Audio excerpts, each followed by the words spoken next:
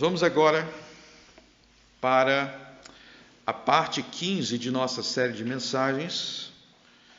Nós temos falado sobre aprendendo a buscar ao Senhor. Aprendendo a buscar ao Senhor. E hoje nós vamos para o livro de Números. Para quem não sabe, o livro de Números é o quarto livro da Bíblia. Então é Gênesis, Êxodo, Levítico, Números. É o quarto livro da Bíblia e o quarto livro de Moisés. O quarto livro da Bíblia e o quarto livro de Moisés. Nós vamos para o capítulo 13.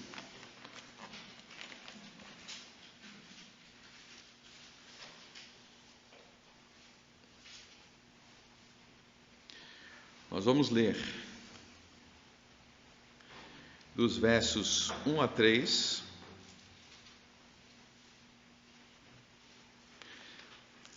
Depois nós vamos pular para o verso 17. E falou o Senhor a Moisés, dizendo: envia homens que espiem a terra de Canaã, que eu hei de dar aos filhos de Israel. De cada tribo de seus pais enviareis um homem, sendo cada um príncipe entre eles. Enviou-os Moisés do deserto de Parã, segundo a ordem do Senhor. Todos aqueles homens eram cabeça dos filhos de Israel. E estes são os seus nomes. Pulem para o verso 17. Enviou, pois, Moisés a espiar a terra de Canaã, e disse-lhes: subi por aqui para o lado do sul,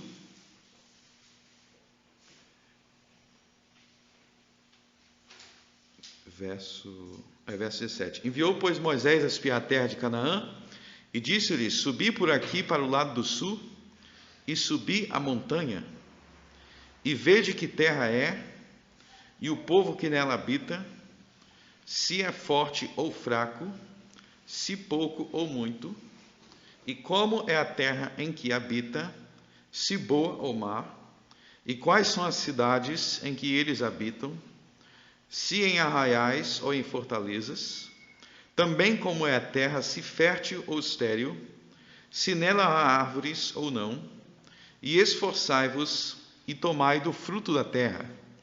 E eram aqueles dias os dias das primícias das uvas. Assim subiram e espiaram a terra desde o deserto de Zim até Reobe, a terra de Amate. E subiram para o lado do sul e vieram até Hebrom. Estavam ali Aimã, Sesai e Talmai, filhos de Aнаque. Hebrom foi edificado 7 anos antes de Zoan, no Egito.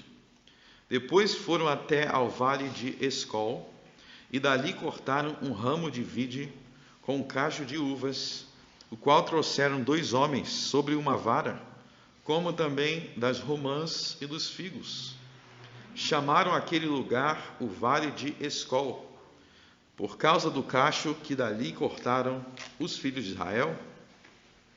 E eles voltaram de espiar a terra ao fim de 40 dias, e caminharam e vieram a Moisés e Arão e toda a congregação dos filhos de Israel no deserto de Parã, em Cádiz, e deram-lhe notícias a eles e a toda a congregação, e mostraram-lhe o fruto da terra, e contaram-lhe e disseram: fomos à terra que nos enviaste, e verdadeiramente mana leite e mel, e este é o seu fruto. O povo, porém, que habita nesta terra é poderoso, e as cidades fortificadas e muito grandes. E também ali vimos os filhos de Aнаque. Os amalequitas habitam na terra do sul, e os heteus, e os jebuseus, e os amorreus habitam na montanha, e os cananeus habitam junto do mar, e pela margem do Jordão. Então Calebe fez calar o povo perante Moisés e disse: certamente subiremos e possuiremos em herança, porque seguramente prevaleceremos contra ela. Porém, os homens que com ele subiram disseram: não poderemos subir contra aquele povo, porque é mais forte do que nós. E infamaram a terra que tinham espiado, dizendo aos filhos de Israel: a terra pela qual passamos a espiá-la é terra que consome os seus moradores, e todo o povo que vimos nela são homens de grande estatura. Também vimos ali gigantes, filhos de Anak, descendente dos gigantes, e éramos aos nossos olhos como gafanhoto, e assim também éramos aos seus olhos. Então toda a congregação levantou a sua voz, e o povo chorou naquela noite. E todos os filhos de Israel murmuravam contra Moisés e contra Arão, e toda a congregação lhes disse: quem dera tivéssemos morrido na terra do Egito, ou quem dera tivéssemos morrido neste deserto. E por que o Senhor nos traz a esta terra, para cairmos à espada, e para que nossas mulheres e nossas crianças sejam por presa? Não nos seria melhor voltarmos ao Egito? E diziam uns aos outros: constituamos um líder e voltemos ao Egito. Então Moisés e Arão caíram sobre os seus rostos perante toda a congregação dos filhos de Israel. E Josué, filho de Num, e Calebe, filho de Jefoné, dos que espiaram a terra, rasgaram as suas vestes e falaram a toda a congregação dos filhos de Israel, dizendo: a terra pela qual passamos a espiar é terra muito boa. Se o Senhor nos agradar de nós, então nos porá nesta terra e nos-la dará, terra que mana leite e mel. Tão somente não sejais rebeldes contra o Senhor, e não temais o povo dessa terra, porquanto são eles nosso pão. Retirou-se deles o seu amparo, e o Senhor é conosco, não os temais. Mas toda a congregação disse que os apredejasse. Porém, a glória do Senhor apareceu na tenda da congregação a todos os filhos de Israel.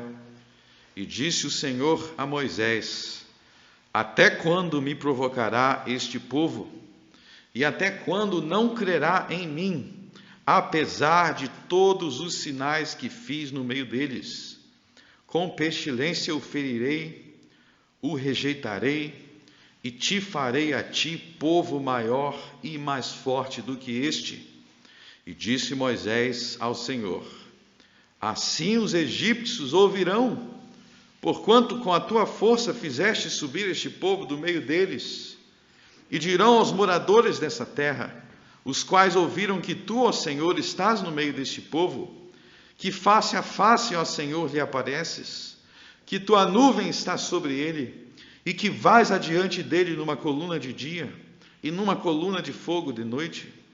Se matares esse povo com a um só homem, estas nações que antes ouviram a tua fama falarão dizendo: porquanto o Senhor não podia pôr este povo na terra que lhe tinha jurado, por isso os matou no deserto. Agora, pois, rogo-te que a força do meu Senhor se engrandeça, como tens falado, dizendo: o Senhor é longânimo e grande em misericórdia, que perdoa a iniquidade e a transgressão, que o culpado não tem por inocente, e visita a iniquidade dos pais sobre os filhos, até a terceira e quarta geração. Perdoa, pois, a iniquidade deste povo, segundo a grandeza da tua misericórdia, e como tu também perdoaste a este povo, desde a terra do Egito até aqui. E disse o Senhor: conforme a tua palavra, lhe perdoarei. Porém, tão certo como eu vivo, e como a glória do Senhor encherá toda a terra, e que todos os homens que viram a minha glória e os meus sinais, que fiz no Egito e no deserto, e me tentaram estas 10 vezes, e não obedeceram à minha voz, não verão a terra que a seus pais jurei, e nenhum daqueles que me provocaram a verá. Porém, o meu servo Calebe, porquanto nele houve outro espírito, e perseverou em seguir-me, eu o levarei à terra em que entrou, e a sua descendência a possuirá em herança. Amém. Uma longa leitura, mas uma leitura muito importante, uma das passagens mais importantes de todo o Velho Testamento. O título de nossa mensagem hoje é Buscando ao Senhor em meio a murmuradores. Buscando ao Senhor em meio a murmuradores. Nós temos visto aqui, na verdade, no livro de Números, a história começa lá em Êxodo. O Senhor Deus, depois que o povo de Israel começou a orar, isso lá atrás no Egito, quando eles eram escravos de Egito, o povo de Israel começou a orar, o povo de Israel começou a clamar a Deus, Deus atendeu a oração deles e o Senhor enviou o seu mensageiro, que era a segunda pessoa da Santíssima Trindade. O Pai enviou a pessoa do Filho para se encontrar com Moisés, e a pessoa do Filho se revelou a Moisés na sarça ardente, e ele fez diversas promessas àquele povo, ao povo de Israel, dizendo que mediante aquelas orações, mediante aqueles clamores, o próprio Deus interveria para julgar o povo do Egito e para fazer justiça a Israel. E aí Deus interviu, e o próprio Moisés, inicialmente ele ficou assim meio na dúvida se isso era um trabalho que ele seria capaz de fazer, se seria uma obra tão grandiosa assim, quem era ele? Mas o Senhor garantiu: não, você vai, porque eu vou estar contigo, Moisés, e eu vou fazer muitos sinais e prodígios. E por bastante tempo aquele povo, o povo de Israel, os israelitas, descendentes físicos de Abraão, eles testemunharam muitos sinais, muitas maravilhas, muitos prodígios, coisas que não tinha como dizer que não era o próprio Senhor Todo-Poderoso. E ali existia um combate entre o Senhor contra Faraó, um combate não somente físico, de remover o povo fisicamente ali, de destruir fisicamente aquele lugar, mas um combate, antes de tudo, espiritual. Deus falou assim para Moisés: sobre os deuses do Egito farei juízo. Então, não somente estava sendo destruído os escravagistas do Egito, mas estavam sendo humilhados os demônios, os deuses que estavam por trás daquele sistema Egito e que mantinha aquele sistema daquela forma, um sistema de idolatria, um sistema onde eles confiavam em falsos deuses, e esses falsos deuses foram julgados. Esses demônios que estavam por trás do Egito foram humilhados, porque o Senhor demonstrou que Ele é o único Deus verdadeiro, Ele é o único digno de ser servido. E aí entra uma coisa bem interessante. Algumas pessoas se perguntam qual seria a distância entre aonde eles estavam no Egito, porque naquela época não tinha avião, não tinha avião, não tinha carro, fazia viagem de carro, então era uma peregrinação a pé, E hoje em dia ainda existe essas peregrinações de multidão. Se vocês pensam aí no nosso contexto na América Latina, a gente vive na América Latina, de vez em quando existem multidões que fazem peregrinação até os Estados Unidos, para chegar nos Estados Unidos. Então seria mais ou menos isso. Vocês podem ver isso no noticiário. Então era uma multidão fazendo uma peregrinação do Egito até a terra que nós conhecemos como a Terra Prometida. Naquele tempo havia as nações dos cananeus, os povos cananeus. Quem eram os povos cananeus? Eram os descendentes de Canaã. Então, vocês lembram que Noé teve um filho, Cão, e um dos filhos de Noé, que era Cão, ele teve um filho chamado Canaã, e esse filho Canaã, ele deu origem a vários povos que eram os cananeus, e eram eles que habitavam naquela terra. E aí, qual seria a distância? A distância, se eles fossem caminhando, só caminhando e parando à noite para dormir, para descansar à noite, se eles caminhassem só durante o dia e parassem à noite, seria uma jornada de 2 semanas. demoraria 2 semanas caminhando para chegar na Terra Prometida. Agora, se a gente for levar em consideração que teve uma hora que o próprio Deus mandou parar lá no Monte Sinai para dar os 10 mandamentos. Aí ficou, Moisés teve que subir, teve tudo aquilo ali. Depois Deus mandou parar de novo para construir o santuário. Então, não seria 2 semanas, porque teve alguns momentos que Deus mandou parar. Então Deus mandou parar e ficou 40 dias Moisés em cima do monte, né? Daí já vai mais de 1 mês que eles tinham que ficar parados, depois para construir o santuário. Mas assim, estourando, com essas paradas todas, não tinha como passar de 1 ano. Então vamos botar no máximo 1 ano. Não tinha como essa jornada passar de 1 ano. E a grande pergunta é, por que de 2 semanas, que poderia, se não parasse nada, virou 40 anos? Por que eles ficaram 40 anos rodando no deserto, em uma viagem que poderia se encerrar, se levar em consideração essas paradas que o próprio Deus mandou, em 1 ano? Podia parar ali, ó, construiu já o santuário, já recebeu os 10 mandamentos, está pronto para entrar. Não, demorou 40 anos. Por quê? 40 anos, uma viagem dessa. A resposta é, que a gente leu aqui, por causa dos murmuradores. Por causa dos murmuradores. Então, você vê que aqui em Números 13, só para recapitular para vocês, se vocês lerem a história, em Êxodo ele sai do Egito.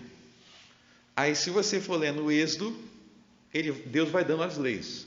Não mata, não rouba, não idolatra. Deus dá as leis. Aí depois Deus diz como é que é o santuário, como é que vai ser o santuário para adorar Ele. Aí o livro de Levítico. O livro de Levítico dizendo como é que é o santuário. Vai fazer sacrifício assim, vai fazer sacrifício assado, a festa é essa. Pronto, chegou em Número. O que falta? Falta agora só entrar. Já tem as leis, já tem o santuário. Agora a gente entra na terra. Ué, mas por que depois de Números 13 ainda tem tantos capítulos de Números, ainda tem Deuteronômio? Porque o povo era murmurador e essa confusão toda era causada pelo próprio povo. Então o povo foi arrumando confusão no deserto, que foi demorando. E aqui então já poderia entrar na terra prometida aqui, ó. Se o povo fosse obediente, já encerrava o Pentateuco, nem ia ter Pentateuco, né? Ia ter só, terminou em Números, né? Ia terminar aqui, entrou na terra, acabou. Não. Eles chegaram aqui diante da terra. Aí o que aconteceu aqui? Tinham os espias. O que eram os espias no verso 2? O que eram os espias? Eles eram os líderes, os príncipes, por assim dizer, das tribos. Eles eram os líderes das tribos, que eles, como representantes de cada tribo, vocês lembram que Israel tinha 12 tribos, e tribo não tem nada a ver com tribo tipo assim de índio. Tribo era como se fosse os estados brasileiros. Pensa assim, os estados brasileiros. É a divisão do país. Então, cada um dos líderes tinha que ir até lá para poder dizer como é que era a terra. Para poder dizer como era a terra. Por quê? Porque, por ordem de Deus, vocês lembram que desde o tempo de Abraão, Deus está falando, esses povos que habitam aí, eles são povos iníquos, eles praticam isso. Então vai chegar um momento que eu, Deus, vou mandar declarar guerra contra eles. E vocês sabem que a lista de pecados deles, em Levítico 18 e Levítico 20, é muito pesado. Eram pecados muito pesados, desde sacrifício infantil até estupro e violência sexual familiar, e abuso de familiares, de parentes, eram as coisas muito pesadas. E Deus falou, ó, chegou o dia em que eu vou varrer eles da face da terra. Deus falou, vou julgá-los e eu vou dar terra para vocês. Então eles tinham que ir lá ver como é que era a terra. Então não era eles que decidiram que iriam para aquela terra, e nem era eles que decidiram que os cananeus seriam destruídos. Isso não é algo que o homem poderia decidir. Não poderia do nada falar, não, nós vamos para aquela terra, nós vamos invadir. Não, isso não poderia. O próprio Deus interviu e falou, a terra é essa. A terra vai ser essa daqui, porque este povo daqui tem que acabar. Tem que acabar essa cultura cananeia e eu vou dar terra para vocês. Então, os espias têm que ser enviados para ver como é que é a terra. E aí, número 1, eles iriam constatar, e tem o nome deles aí, né? Tem o nome de todos eles. Olha só que vergonha você entrar para a Bíblia como o nome dos covardes. Essa é a lista de covarde aqui. Só tem 2 que não foram, mas todo mundo aqui é covarde. E aí, o que eles tinham que fazer? 2 motivos. Em primeiro lugar, eles iriam lá como forma de animar o povo. Eles iam para lá para espiar a terra, para animar o povo. Essa seria a missão, porque eles iam falar, ó, realmente aquela terra boa que Deus falou que iria nos dar, realmente a terra é muito boa. Eles iam confirmar aquilo que Deus falou, ia trazer a notícia de volta e iria falar para o povo. Então, na verdade, eles fizeram o contrário do que eles deveriam ter feito. Eles foram enviados, na verdade, número 1, numa missão de incentivar o povo. Incentivar o povo, porque eles iam chegar lá, ver que tinha uma uva, né? Ele fala que tinha um cacho de uva que 2 homens tiveram que... Vocês viram isso aqui, ó, no verso 23. Depois foram até o vale Escol e dali cortaram um ramo de vide como cacho de uvas, o qual trouxeram 2 homens sob uma vara. Tinha que ter 2 homens para carregar aquele cacho de uva. Essa semana, inclusive, eu vi uma foto de um cacho de uva assim. Ainda existem em algumas partes do mundo cacho de uva muito grande, muito pesado. Eu vi uma foto essa semana. Então, mas isso era sinal, eles levaram isso como sinal. Olha só como que essa terra é boa, olha o tamanho das uvas, olha só como que tudo é bom. É isso que eles tinham que voltar dizendo. Essa era a missão, número 1, animar o povo, porque o povo iria ter que declarar guerra contra os cananeus. E eles tinham que estar animados. Aliás, todo o povo não, só os homens. Só os homens que guerreavam, né? As mulheres e as crianças não entrariam na guerra, mas eles precisavam de ânimo. Olha só que Deus cumpriu, Ele tirou vocês da escravidão, vocês eram escravos, vocês eram humilhados, Deus julgou os escravagistas e agora vai julgar este povo aqui, porque na verdade esse povo aqui está igual ao Egito, então vai ser julgado também. E Ele vai dar essa terra para vocês. E aí... essa é a missão número 1, animar o povo, e número 2 é a parte militar, podemos dizer assim, porque eles tinham que conhecer a terra para poder atacar. Eles tinham que conhecer a terra para atacar. Mas, infelizmente, esses espias não fizeram nada disso. Eles não fizeram nada disso, mas, de fato, a terra é muito boa. De fato, é tudo muito bom lá, a terra, no sentido de boa, até a própria terra física, de crescer as coisas, né? Mas os povos que habitam lá são povos muito fortes, são povos muito altos e nós não vamos conseguir vencê-los na guerra. Então, eles conseguem encontrar algo que fosse desanimar o povo. Eles encontraram um defeito. Olha, realmente essa terra é como Deus disse, mas tem um problema, já tem gente morando lá. E aí vocês têm que lembrar que, desde Êxodo, Deus estava falando que Ele iria destruir esse povo que estava lá. E aí você tem que se perguntar, mesmo se o povo que habitasse lá fosse tudo isso, mesmo que o povo que habitava lá era tudo isso, eles não tinham base, não tinham lembrança do que Deus fez com os egípcios. Eles não tinham lembrança que os egípcios também eram poderosos, mas Deus interviu para julgar os egípcios. Eles já tinham base, já tinham sinais. Então, tudo que eles precisavam crer, tudo que eles precisavam raciocinar, é que o que iria acontecer com esses povos era o mesmo que já tinha acontecido com os egípcios. Eles tinham que raciocinar com base em coisas que eles já tinham visto. Deus não estava pedindo para eles crer em coisas difíceis de crer. Eles já tinham visto a praga das rãs, eles já tinham visto o mar vermelho, eles já viram os piolhos, já viram a morte dos primogênitos, eles viram tudo isso. Então não havia razão nenhuma para que eles desconfiassem que eles não poderiam vencer aquele povo, porque essa promessa já estava sendo feita desde a saída do Egito. Pode voltar lá em Êxodo 13, para vocês verem como a promessa já vinha lá de trás.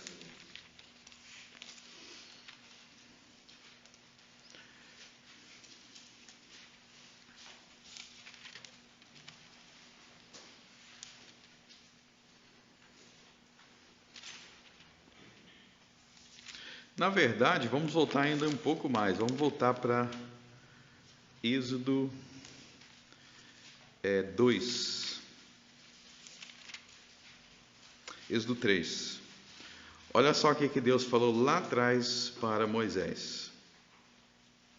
Êxodo 3, verso 17.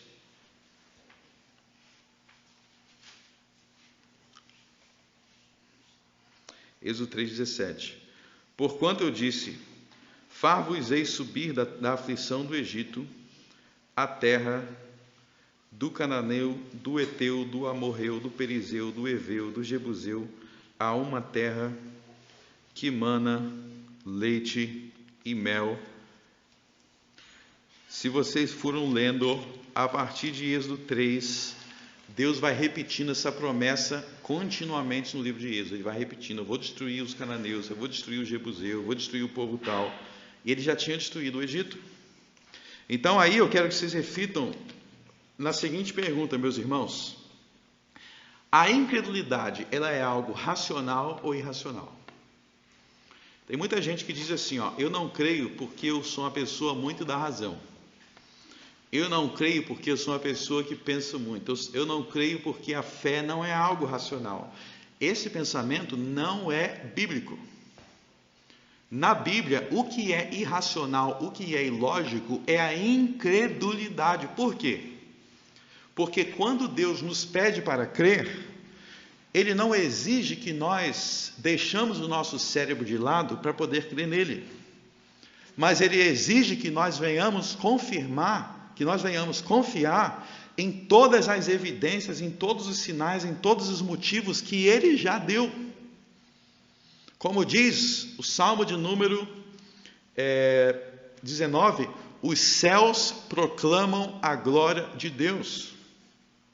Existe no mundo infinitas razões, para onde quer que nós olhamos, existem infinitas razões para crer em Deus, para confiar em Jesus Cristo, para entregar nossas vidas. E isto é absolutamente racional. O que é irracional é a incredulidade, porque a incredulidade, ela milita contra as razões que Deus dá. A incredulidade, ela diz: Deus deu essas razões, mas eu vou fazer de conta que elas não existem, porque eu prefiro me recolher na minha mediocridade e voltar para o Egito. A fé não é irracional. A fé é baseada em infinitas razões que Deus nos dá para crer. Não é baseada no nada. É baseada no testemunho de Jesus Cristo, que é mais do que suficiente para convencer a nossa razão carnal. Mas não, o que os homens dizem?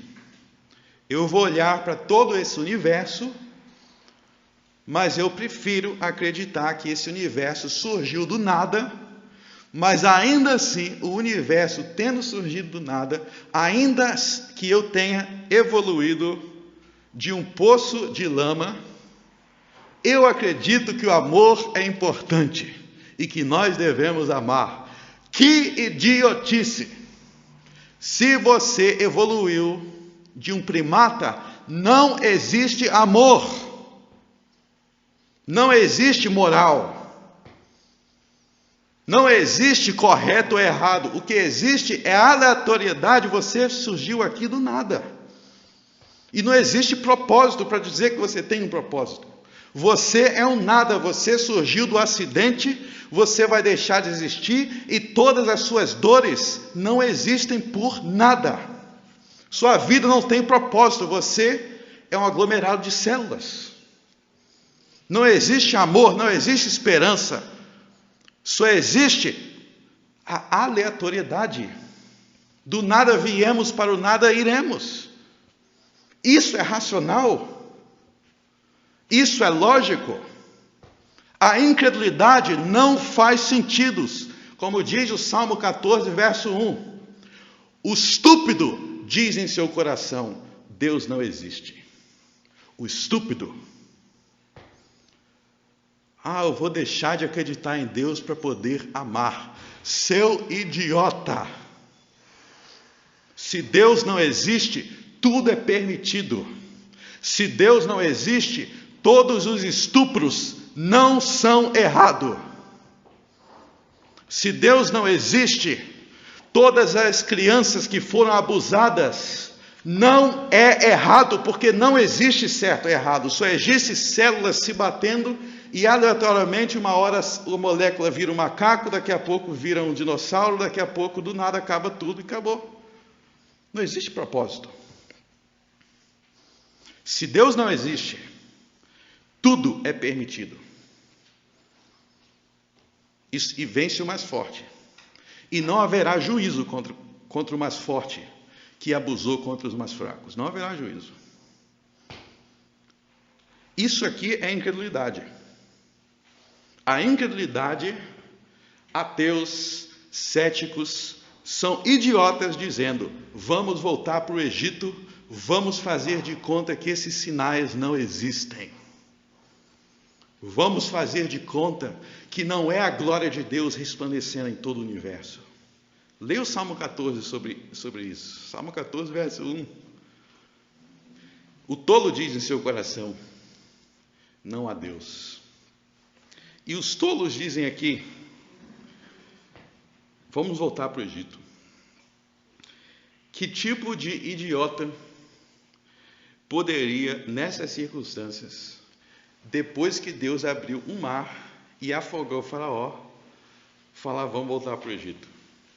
Vocês estão vendo aqui a loucura que é a incredulidade. Vocês estão vendo a loucura que é o homem que desconfia de Deus. Ele prefere criar uma teoria mirabolante para negar o que está diante dos seus olhos. Mas infelizmente foi por esse caminho que a maioria desses espias seguiram. A maioria deles decidiram se rebelar contra o Senhor. E nós vemos aqui então a importância das palavras. A importância das palavras, porque esses homens aqui, eles pecaram contra o Senhor falando algo, desanimando o povo, murmurando contra o Senhor. E você viu que essas palavras dos espias acabou, no capítulo 14, verso 1, acabou infectando toda a multidão. Toda a multidão foi infectada por aquelas palavras. E aí nós vemos o poder destrutivo das más palavras. Capítulo 14, verso 1. Então toda a congregação levantou a sua voz e o povo chorou naquela noite. Então veja o povo chorando. Aquilo baqueou muito o povo. E aí não somente eles choraram, lamentaram, mas eles decidiram tomar uma ação movida pela incredulidade. Então, preste atenção que isso aqui é o mesmo que o Senhor Jesus ensinou em Mateus 15. Todo pecado, ele tem 3 fases. Todo pecado tem 3 fases. Ele começa no coração, ou seja, nos pensamentos. E aí Jesus disse: procede do coração, vai para a boca. Então a incredulidade do coração virou palavras incrédulas, palavras de murmuração. E essas palavras se tornaram em ações concretas, obras, a partir do momento que eles estavam a ponto, verso 4, de escolher um líder. No nosso líder não vai ser mais Moisés. Vamos escolher outro líder para voltar para o Egito. Agora você imagina essa cena mórbida. O Egito está destruído. Faraó já foi afogado no mar. Atacou os animais, atacou as plantações, destruiu tudo lá. Aí esse mesmo povo aparece do nada voltando. Ó, nós voltamos para pedir desculpa, porque a gente destruiu vocês, mas é melhor ser escravo de vocês. Olha só a cena e a loucura que a incredulidade leva o homem a se colocar. Não seria ridículo? Né? Olha só, aquele faraó está até morto, tá? Mas que bom que vocês voltaram, vão voltar para a escravidão. Olha só que loucura, eu quero que vocês coloquem isso na sua cabeça, que a incredulidade produz atos de loucura, atos de irracionalidade, onde você chega ao ponto de lutar, de guerrear, de querer reverter os sinais que Deus já fez. As coisas que Deus já tinha feito por eles, eles queriam reverter aquilo. É como se falasse, vamos desfazer os milagres. Vamos desfazer para voltar a ser escravo. Essa é a tentação que está sobre, não somente sobre eles, mas sobre todos nós. Existe a tentação. Vamos desfazer a obra de Jesus e vamos voltar ao estado de humilhação do pecado. Não seria melhor se nós não servíssemos a Jesus, se fôssemos igual a todo mundo? Não seria melhor se nós não tivéssemos conhecido o Evangelho e se vivêssemos igual as outras pessoas que não conhecem? E tem gente que fala essa besteira, essa murmuração, essa bobagem, porque não está prestando atenção no mundo ao seu redor. Não presta atenção no que o mundo ao redor realmente é. Não entende o que o Egito realmente é. Se esqueceu do que é ser escravo. Se esqueceu do que é servir Faraó. E começa a falar como se fosse mil maravilhas. Começa a dizer como se fosse mil maravilhas. Ah, o meu irmão, o meu parente, o meu amigo que não é cristão, ele vive mais feliz. Ele vive mais realizado. Aí você vai ver esse cara aí, você vê a vida destruída. Aí você se pergunta, o que tem de tão bom assim, meu Deus do céu? Mas é o que o pecado faz. O pecado nos faz desprezar todas as realizações de Deus por nós. E a gente começa a botar defeito, que é desfazer a obra de Jesus, para poder reconstruir a escravidão em nossas vidas. Reconstruir a escravidão em nossas vidas. Infelizmente, é isso que o pecado faz. Né? Nós tivemos escravidão no Brasil. Essa história aqui deles é a mesma coisa assim, ó. Se todos os negros do Brasil, se reúnem os negros do Brasil, vão falar assim, vamos voltar para a escravidão. Aí vocês vão falar, vocês estão loucos. É isso aqui. É isso daqui. Vamos voltar para o tempo da escravidão, que era muito maravilhoso. Se acontecesse hoje, é exatamente isso daqui. Então, você vê aí a influência que os murmuradores têm sobre o pensamento de todo o povo. E aí eu desafio e eu convido vocês a se alertarem para o perigo de viver cercado por murmuradores e de deixar que murmuradores blasfemos tenham voz no seu coração. Em outras palavras, cuidado com o tipo de pessoa que você ouve. Cuidado com o tipo de discurso para o qual você dá atenção. Já vi muitos casos de pessoas que estão assim diante de uma decisão que precisa tomar. Para o lado direito é a decisão que Cristo manda tomar. Para o lado esquerdo é a decisão dos murmuradores. Por que, meus irmãos, que nós vamos ouvir blasfemos, murmuradores que não conseguem nada, que são pessoas destruídas? Por que nós damos atenção para isso? Por que nós cedemos o nosso ouvido? O apóstolo Paulo diz que um pouco de fermento leveda toda a massa. E 1 Coríntios 15, que as más companhias corrompem os bons costumes. E aí eu dou o seguinte alerta: não superestime a sua capacidade de discernimento. Isso aqui é muito, muito importante. Não superestime a sua capacidade de discernimento. O que quer dizer isso? Quer dizer que Romanos 12, é outra passagem que mostra isso, diz assim, ó. Abra aí rapidamente, Romanos 12, vamos ler.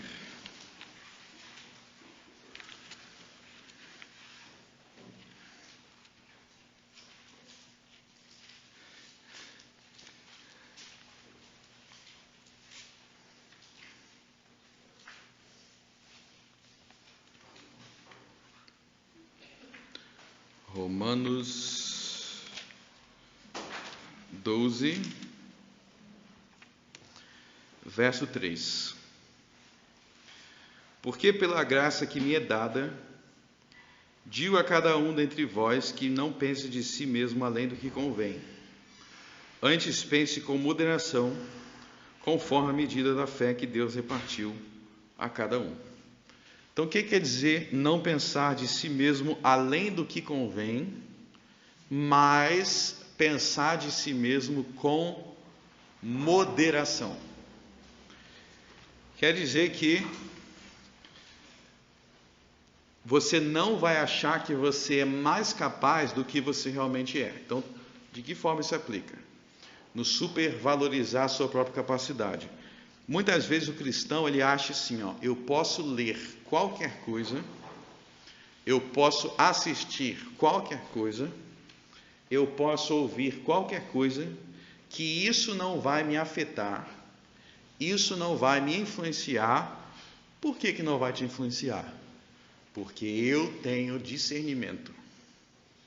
Mas a pergunta é: será que você tem o discernimento tão forte assim para aquela situação no qual você está querendo se inserir? E aí nós temos que reconhecer que nós temos limitações. Então vamos aplicar isso na esfera das chamadas heresias. Tem coisa que você já estudou na Bíblia. Você já estudou sobre aquele assunto, você já se aprofundou sobre aquele assunto. Então, se vier alguém dizendo o contrário, você já entendeu. Você já estudou aquilo. Então, eu espero que todo mundo aqui creia na Trindade. Eu espero que todo mundo aqui conheça as principais passagens da Bíblia que defendem a Trindade. Por exemplo, João 1, muito importante, que ensina que Jesus é Deus. Agora, tem assunto que você nunca estudou. Tem assunto que você nunca se aprofundou. Se você nunca estudou, você nunca se aprofundou, se você ficar o tempo todo se expondo a algo destrutivo, a uma heresia, contra algo que você não tem preparo, você corre o risco de se contaminar. Se você é um homem, vamos agora para outra esfera. Se você é um homem, naturalmente, você tem atração por alguém do sexo oposto. Então, se você ficar se expondo a determinados tipos de ambientes, ou tendo proximidade com determinado tipo de mulheres, que se comportam de determinadas maneiras, você está lá perto, vendo aquilo direto, é óbvio que você vai se corromper. Aí você fala, não, eu não vou me corromper. Você tem que entender que você não é o super-homem, para você estar o tempo todo se expondo a determinado tipo de coisa e achar que vai continuar normal. Então, nós temos que conhecer as nossas limitações. Nós temos que reconhecer as nossas fraquezas. E nós temos que reconhecer que a gente tem, por natureza, a tendência de ser influenciado pelo ambiente e pelas pessoas com que nós convivemos. Então, se a gente fica o tempo todo se expondo à murmuração, a pessoas que só levam para esse lado, vai chegar um momento que você vai ser influenciado por aquilo. Então, nós temos aqui o princípio de que nós devemos tomar cuidado com quem que a gente enfatiza dar ouvidos. Com quem que a gente enfatiza que a gente vai prestar atenção. Até se você só ficar o dia inteiro, estou o dia inteiro 7 dias por semana só recebendo notícia ruim, ouvindo notícia ruim. Mas eu vivo alegre, pulando. É assim que funciona? Claro que não. Se você fica direto e reto, só ouvindo bomba, você vai começar a se sentir triste. Você vai começar a se sentir desanimado. Porque é o tipo de coisa ao qual você está se expondo. Então, por isso que esse texto, inclusive, vai reforçar não só a questão de quem nós ouvimos, mas que tipo de pessoas nós gostamos de nos cercar mais. São pessoas que nos levam a crescer na fé, que nos incentivam, que nos dão esperança, que têm palavras de esperança, palavras de ânimo, palavras de incentivo. Quanto mais a gente cerca pessoas assim, mais a gente vai ficar assim. Então tomem cuidado com quem vocês ouvem, tomem cuidado com o que você assiste, tenha moderação, tenha bom senso. Se você tem capacidade para lidar com a situação, amém, mas tenha a capacidade de discernir até onde eu posso ir sem me quebrar. Então, por outro lado, você não tem só murmuradores aqui, você tem a figura de Caleb. E Caleb é um dos maiores exemplos que a gente tem na Bíblia de buscar ao Senhor em meio a murmuradores. Então você vê que a murmuração aí, ela tem um grande poder de cativar, de levar todo mundo a esse pensamento. Mas, verso 6, Josué, filho de Num, e Caleb, filho de Jefoné, dos que espiaram a terra, rasgaram as suas vestes. Então Josué e Caleb não cederam à multidão. Eles permaneceram nos seus princípios. O que Josué e Caleb tiveram que fazer para não ceder à murmuração? Simples. Tinham que lembrar de todos os feitos do Senhor. Tinham que lembrar de todas as promessas do Senhor. Tinham que lembrar de toda a bondade do Senhor, de toda a majestade do Senhor. Não focando nas besteiras, nos absurdos que eles estavam ouvindo ali, mas focando-se no Senhor. E o aviso que eu dou para vocês: se vocês quiserem ser como Josué e Caleb, vocês vão ter que desligar o volume dos murmuradores, abaixe o volume dos murmuradores e aumente o volume da palavra de Deus. Aumente o volume das palavras de Jesus. Você não é cristão por causa da multidão que existe por aí. Você é cristão por causa de Jesus. Eles tinham que servir a Deus por causa do Senhor que os tirou da terra do Egito. Não era por causa desses povos aqui. Está todo mundo murmurando, eu vou também. Está todo mundo fazendo isso, eu vou também. Não, quem era o salvador deles? Eram esses ou era o Senhor? Então, eles voltaram seus pensamentos ao Senhor e, com razão, condenaram aquela geração como louco. Ele chegou a rasgar as vestes. Essa questão de rasgar as vestes do verso 6, a gente tem em algumas passagens em um momento de grande tensão ou de grande arrependimento. É tipo assim: vou arrancar meus cabelos que eu não estou me aguentando. Rasga as vestes. Mas ele é exatamente para isso, para onde ele estava olhando? Ele estava olhando para Jesus. Eles estavam olhando para o Senhor. E aí você vai ver que o Senhor, ou melhor, que o povo, verso 10, diante desse posicionamento de Caleb e Josué, você vê que o povo quer apedrejar. Verso 10. Mas toda a congregação disse que os apedrejassem. Então isso nos ensina que quando você se posicionar em favor das promessas do Senhor, vai ter oposição. Vai ter pessoas que não vão gostar. Vai ter pessoas, talvez não com pedras físicas, mas pessoas querendo nos apedrejar, por nos levantarmos a favor do que é certo, do que é justo, das promessas, dos sinais de Deus. Mas aí, em meio a tudo isso, eu quero chamar a atenção para a oração de Moisés. A oração de Moisés, ela começa a partir do verso 13. Porque Deus, ele se ira contra o povo, e aí ele fala que estava prestes a julgar o povo. Deus estava prestes a julgar o povo. E aí Moisés começa a interceder no verso 13. Mas a intercessão de Moisés, ela baseia-se em duas coisas principais. Isso aqui eu quero enfatizar porque quando a gente fala em orar não é falar tudo que a gente acha da nossa própria cabeça. A gente tem que aprender a orar biblicamente. Ou seja, a gente tem que aprender com as orações bíblicas como é que se ora a Deus. Como os discípulos falaram com Jesus: Senhor, ensina-nos a orar. Ensina-nos a orar. Deus precisa nos ensinar a orar. E Ele nos ensina a orar em Sua palavra. Mas a primeira parte da oração de Moisés começa no verso 13 e vai até o verso 16. Primeira parte da oração de Moisés.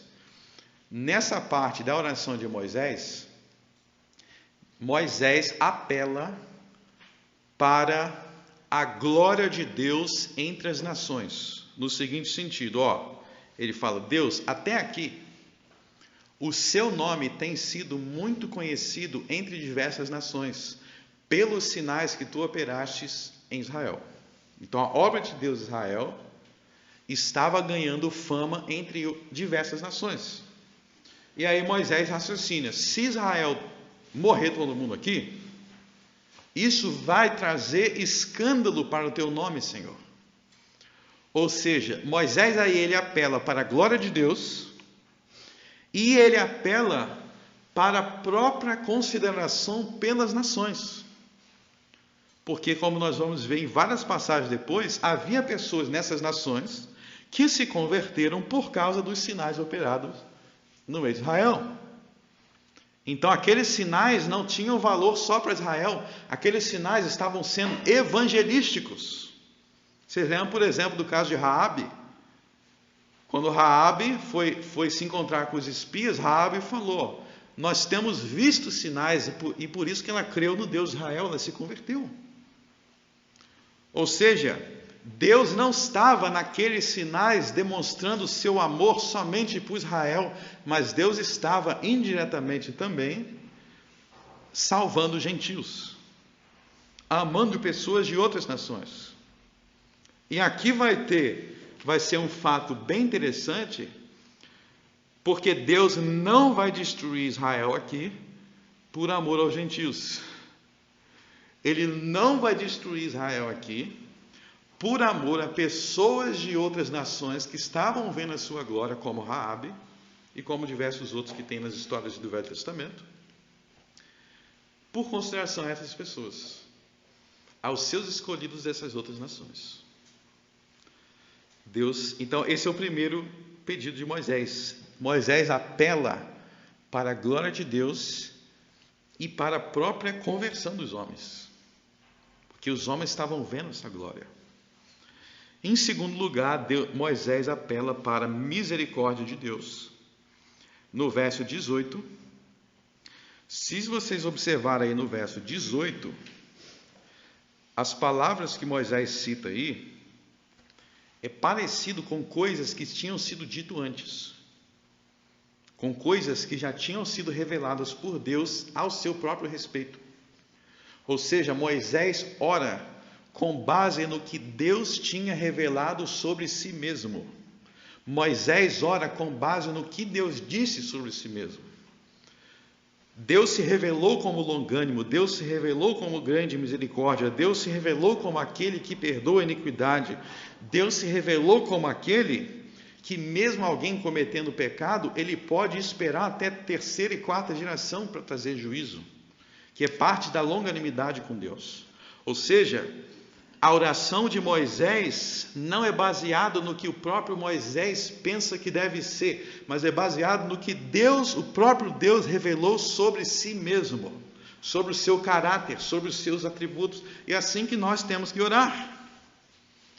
Quando orarmos a Deus, nós temos que falar do que o próprio Deus prometeu, de como o próprio Deus disse que Ele é, do que o próprio Deus disse que o agrada. Nós temos que falar com Deus. Deus, vou dar um exemplo para vocês, né? Relação de pais e filhos. Pais e filhos. Vamos dizer que você está orando alguma coisa na vida de pais, eu estou falando pai e mãe, não só o homem, mas pais e filhos. Uma das coisas que vocês podem falar na oração é falar sobre o que Deus ensinou em sua palavra sobre pais e filhos. Você pode falar: Senhor, Tu que me ensinaste a pensar assim. Porque se não fosse a Tua palavra, se não fosse o Teu Evangelho, eu não pensaria assim. E por isso eu estou orando com base no que Tu mesmo me ensinastes a pensar, nas coisas que Tu mesmo me ensinastes a valorizar. Ou seja, na oração, petições e mandamentos andam juntos. Foi Deus quem me ensinou a valorizar as coisas que eu valorizo, e por isso eu tenho todo o direito de pedi-las em minha vida. Foi Deus que me ensinou a valorizar os meus filhos, foi Deus que me ensinou a honrar os meus pais. Portanto, eu tenho pleno acesso de apelar para esses valores ao fazer pedidos a Deus. Eu apelo para os valores que Ele me ensinou a ter. Foi Ele que me ensinou a carregar a minha cruz. Foi Ele que me ensinou o que é longanimidade.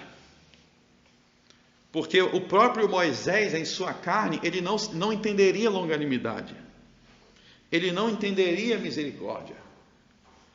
Ele não entenderia o que era esperar até a quarta geração, como em Gênesis Deus falou que Ele não julgaria os amalequitas até a quarta geração, porque Ele toleraria aquele povo ainda, antes de destruir. Foi Deus quem nos ensinou a ter esses valores, foi Deus que nos ensinou que Ele é assim. E por isso nós temos o direito e o dever de interagirmos com os atributos de Deus em oração. Foi Deus que nos ensinou que Ele julga a causa dos pobres, das viúvas, dos órfãos, dos oprimidos. E por isso, se tem pessoas assim sendo perseguidas, eu tenho pleno acesso de apelar para Ele e dizer: Tu, Senhor, me ensinastes a olhar para essas pessoas, então julgue a causa delas. Tu, Senhor, me ensinastes a ser assim. Tu, Senhor, nos ensinastes que Tu és assim. Tu, Senhor, nos ensinastes que o Deus verdadeiro não é como aquele dos egípcios. O Deus verdadeiro não é como esses. Foi Tu, Senhor, que Tu nos ensinastes como que Tu és. Por isso, segundo a grandeza da Tua misericórdia, perdoa-os. Tu nos ensinaste que a Tua misericórdia é grande. E aí, verso 20, a oração de Moisés é atendida. A oração de Moisés é atendida. E aí eu quero que vocês prestem atenção também em algo muito importante nesse texto. Vocês viram aí o papel de duas pessoas, Josué e Calebe. Olha como que Deus nos mostra na Bíblia que Ele é justo, ao mesmo tempo que Ele é justo para castigar os murmuradores, ao mesmo tempo que Ele é misericordioso para não castigar os murmuradores imediatamente, mas dá-lhes tempo de se arrepender, dá-lhes tempo para mudar seus caminhos. E muitos que murmuraram aqui, de fato, com esse tempo que Deus deu, eles mudaram seus caminhos. Isso é algo para outro estudo mais aprofundado. Mas Eu quero que vocês observem um fato sobre Calebe. Abra em Josué capítulo 14.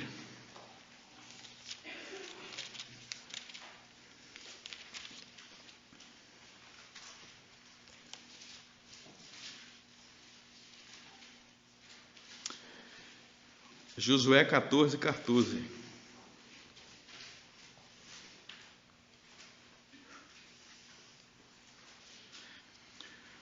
Portanto, Hebrom ficou sendo herança de Calebe, filho de Jefoné, o quenezeu, até o dia de hoje, porquanto perseverara em seguir ao Senhor Deus de Israel.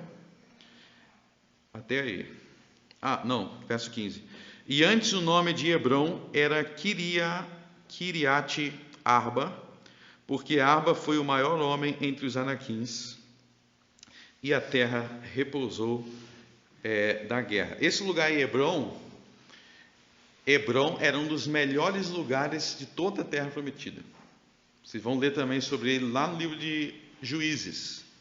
Então Calebe, ele recebeu o melhor pedaço de terra, podemos dizer assim, entre os melhores pedaços de terra. E a terra pertencia a quem antes? Pertencia aos anaquins.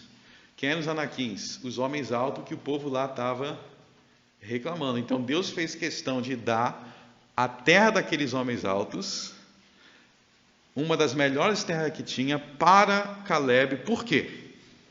Qual a explicação do verso 14? Por que Deus fez isso com Calebe?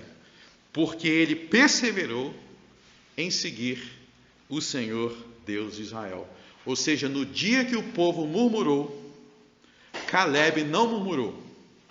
No dia que o povo abriu a boca para falar absurdos, Calebe abriu a boca para defender a honra de Deus. E aqueles que defendem a honra de Deus serão recompensados. A história de Calebe é uma das mais maravilhosas da Bíblia, a nos ensinar sobre a importância de nossa boca jorrar bênçãos, de nossa boca não jorrar murmurações, de nossa boca louvar a Deus. Independentemente da circunstância, abre a boca para louvar a Deus, porque Deus é justo, tanto para castigar os malfeitores, como para lembrar dos seus servos, para recompensá-los. Isso aqui aconteceu muitos anos depois, porque isso aqui, Josué 14, já tinha passado os 40 anos, e Deus continuou lembrando, 40 anos depois, eu vou dar aquela terra para aquele homem, porque naquele dia ele me honrou. E aí o aviso que eu quero dar para vocês para Deus não existe tempo. Para Deus não existe tempo. Tanto para o bem quanto para o mal. Como assim quanto para o bem quanto para o mal? Se você pecou, pode ter sido há 10, 15, 40 anos atrás. Se você cometeu algo do qual você precisa se arrepender, você precisa se arrepender. Não existe isso de, já se passou 20 anos.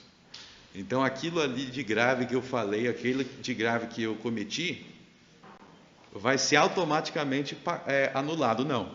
Só tem uma coisa que anula pecado, que é o sangue de Jesus. O sangue de Jesus somente lava pecado. Tempo não justifica do pecado, porque para Deus não é tempo. Para o Senhor, 1000 anos é como se fosse um dia.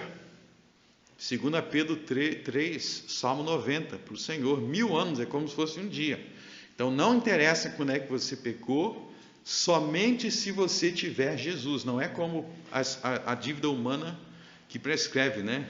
Passou alguns anos e entrou no esquecimento.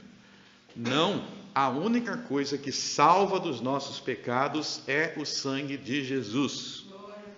E da mesma forma, as recompensas de Deus não são esquecidas, as boas obras de Deus também não são esquecidas pela passagem do tempo. Se você praticou boas obras, Deus na Bíblia não somente castiga o pecado, mas Deus na Bíblia ele recompensa as boas obras. E pode até passar muito tempo, mas chega um momento que Deus vai lembrar delas e Ele traz recompensa. Isso é algo muito importante. Muitas pessoas focam somente no lado do castigo, mas o castigo é só um lado da moeda. Na Bíblia existem recompensas prometidas para aqueles que, como Caleb, perseveram em seguir ao Senhor Deus de Israel. E eu quero finalizar lendo uma passagem que fala sobre isso em Hebreus. Hebreus capítulo 6.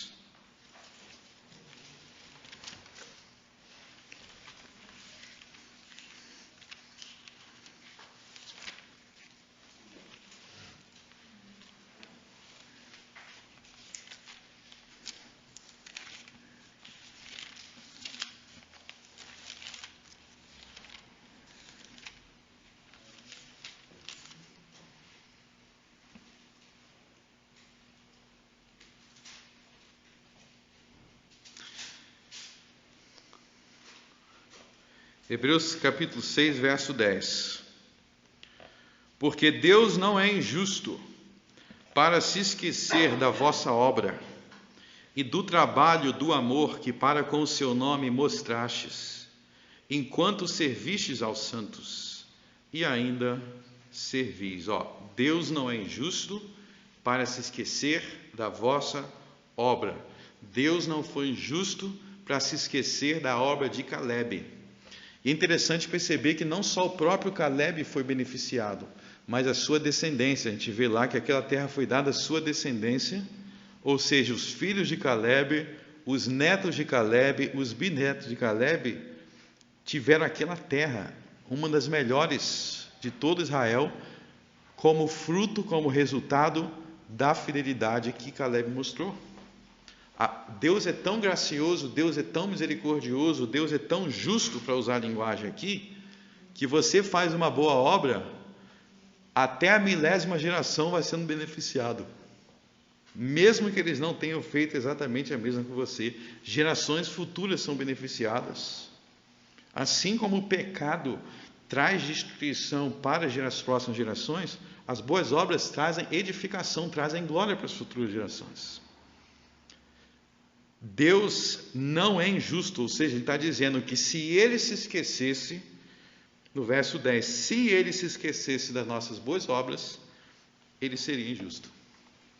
Se ele tratasse Caleb como se ele fosse mais um murmurador, ele estaria sendo injusto. Então, isso é um incentivo muito grande a nós perseverarmos em meio a essa geração corrompida. Olhe para os castigos, tenham temor dos castigos de Deus, mas tenham também ânimo nas recompensas de Deus. Quanto mais você se esforçar nas boas obras, mais Deus vai te recompensar. E qual tipo de recompensa? Ele tem muitos tipos de recompensa. Vocês lembram de Cornélio? Cornélio centurião, Atos 10. O homem recebeu a visita do apóstolo Pedro em sua casa. O apóstolo Pedro, já pensou? O apóstolo Pedro bate na sua porta e fala aqui, vim pregar o evangelho para você. E depois que Pedro pregou, na casa de Cornélio passou a existir profetas. Profetas. Quando desceu o Espírito Santo e ungiu com os seus dons. Então, as recompensas de Deus são muito grandes, elas são muito maravilhosas e elas devem estimular as nossas boas obras. Por isso, não ceda aos murmuradores, não ceda àqueles que questionam a Deus, não cedam àqueles que querem falar mal de Deus, não dê espaço para isso no seu coração.